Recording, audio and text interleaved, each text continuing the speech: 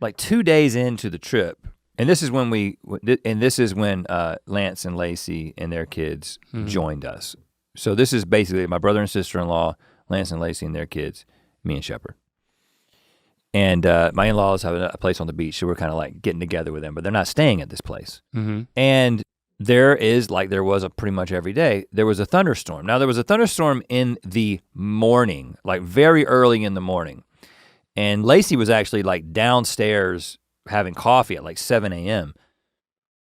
And she said that it sounded like lightning struck in the backyard. Like she said she heard like a sucking sort of boom before the boom. And wow, a sucking. Yeah, and immediately the power goes out. Of course, I remember that lightning strike because it woke me up, but I also didn't think at the time the power's out because it was still dark, as far as I can remember. Anyway, I wake up at, I'm sleeping late because of the time difference. Yeah, and so I'm waking up at like 9 o'clock, and then like there's a text from my sister-in-law. She's like, the power's out. We've gone order the prime rib to Dunkin' Donuts to get coffee and breakfast because we can't make any stuff. Okay, In fact, and there's the way that this works, because it's at sea level, maybe that's the reason. You don't have water. There's no water in the house when the power's out because it works off of a pump. Oh. So we didn't have water or electricity, can't wash your hands. So we're all sitting down, they get back and we break out the Dunkin' Donuts coffee and biscuits, etc. We're enjoying our time together. This is when I started to communicate with you because we were supposed to have our company-wide meeting via Zoom. Yeah. And I was like, I got no power, so I can't do that. Yeah. And you had something else. I have dial-up at the house I'm at right now. So we had to postpone that. But anyway, as we're sitting there eating a late breakfast, power's back. They saw a crew as they were coming in, and they saw a crew was working on the transformer at the top of the neighborhood. So we don't think that the lightning strike in the backyard cut our power out. We think that it maybe was actually a little bit further away. Anyway, so it was several houses, so somebody called. They restored power within hours. So power's back up. We're like, all right, back to business.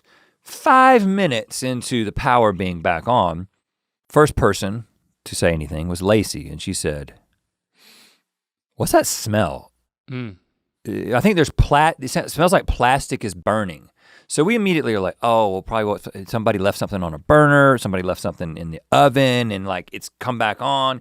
So we're like looking around the kitchen, and then as we're sort of following the smell towards the laundry room, right when, I can't remember who was first, someone was first in line, gets to the threshold to the laundry room, there's a giant pop on the electrical panel. There's 2 electrical panels right there.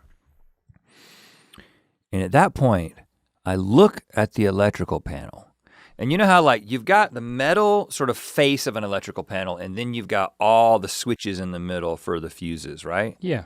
And there's like a crack behind it that you can sort of look through and see sort of, normally you don't see anything, it's just darkness. There were flames. Full, like, not just like a flicker, a raging fire behind the electrical panel. Just like this whole thing is on fire, and it's plastic that is on fire. Good gosh.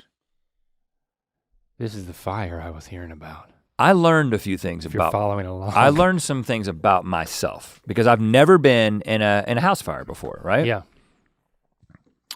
The first thing that I thought, thankfully, was where's Shepard? It wasn't where's my laptop. So I was proud of myself.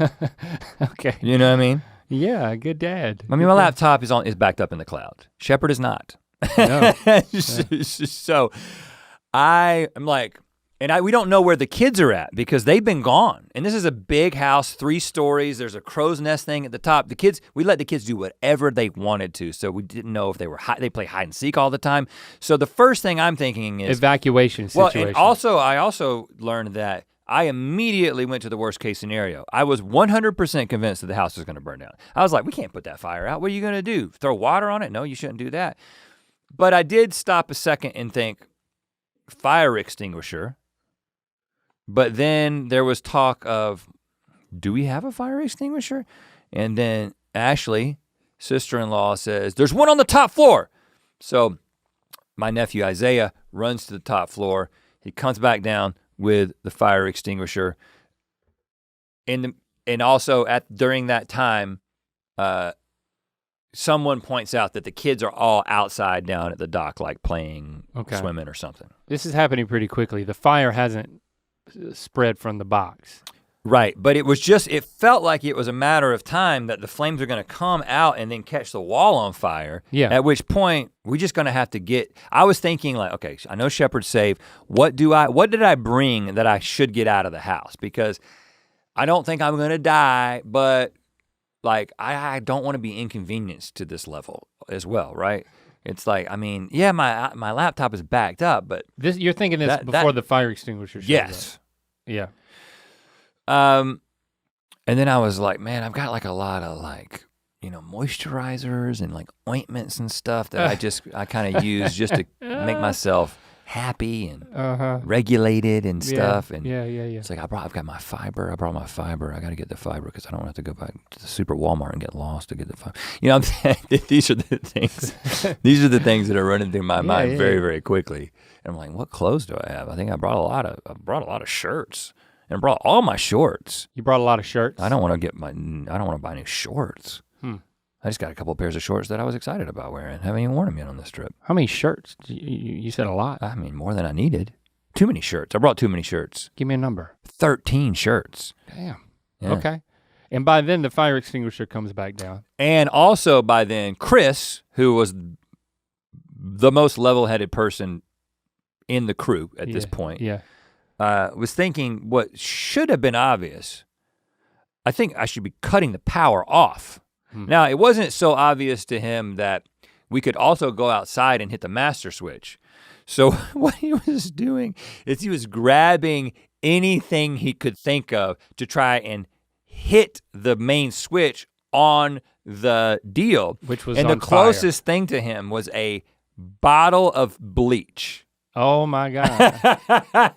He was using a bottle of bleach to hit a fire? Well, which it was almost empty, but also as he picks it up, he realizes that the top is not screwed on because again, nothing against my sister-in-law, but it is a family tradition in my wife's family to just put tops on things without screwing them. As long as the top is in contact with something, it is considered closed. As you can imagine, we know what prime rib is. No, that's your side of the family. This leads to several problems, including when you're trying to put fire out with bleach. Oh my God. But he realized it and was able to, well, I think he ended up using a paper towel roll, which is also flammable, but it was the nearest thing to hit the switch. And it went off, and when he hit it and it went off, the fire slowly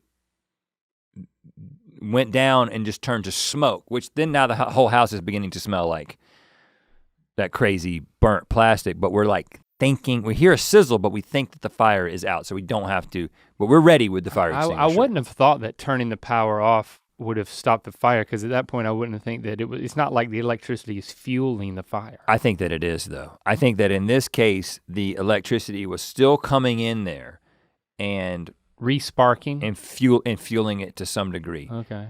And then, credit to me, the one thing that I did right in this situation is I was like, I bet you there's a switch outside, and I went and there was a master switch and I cut that off. So now power is So did anyone off. use the extinguisher? Because my No, fear we didn't. is not, like you get the extinguisher and it's like, well, there's different types of extinguishers and I've never really used one because you don't want to use it because then it won't be usable later. Do you hold it upside down?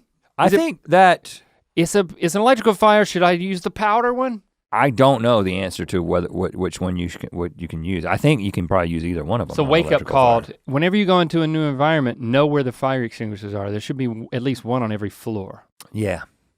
But hey, listen, the first time in a house fire, and it really wasn't a house fire. It was a small electrical fire that ended up being contained. But what that led to. The only time I've used a fire extinguisher was in the T-shirt war video. Yeah, which was a mistake. Oh my God. Because it was You set one of those powder ones off and it's like you're cleaning it up for days. We just left it in there. It was everywhere.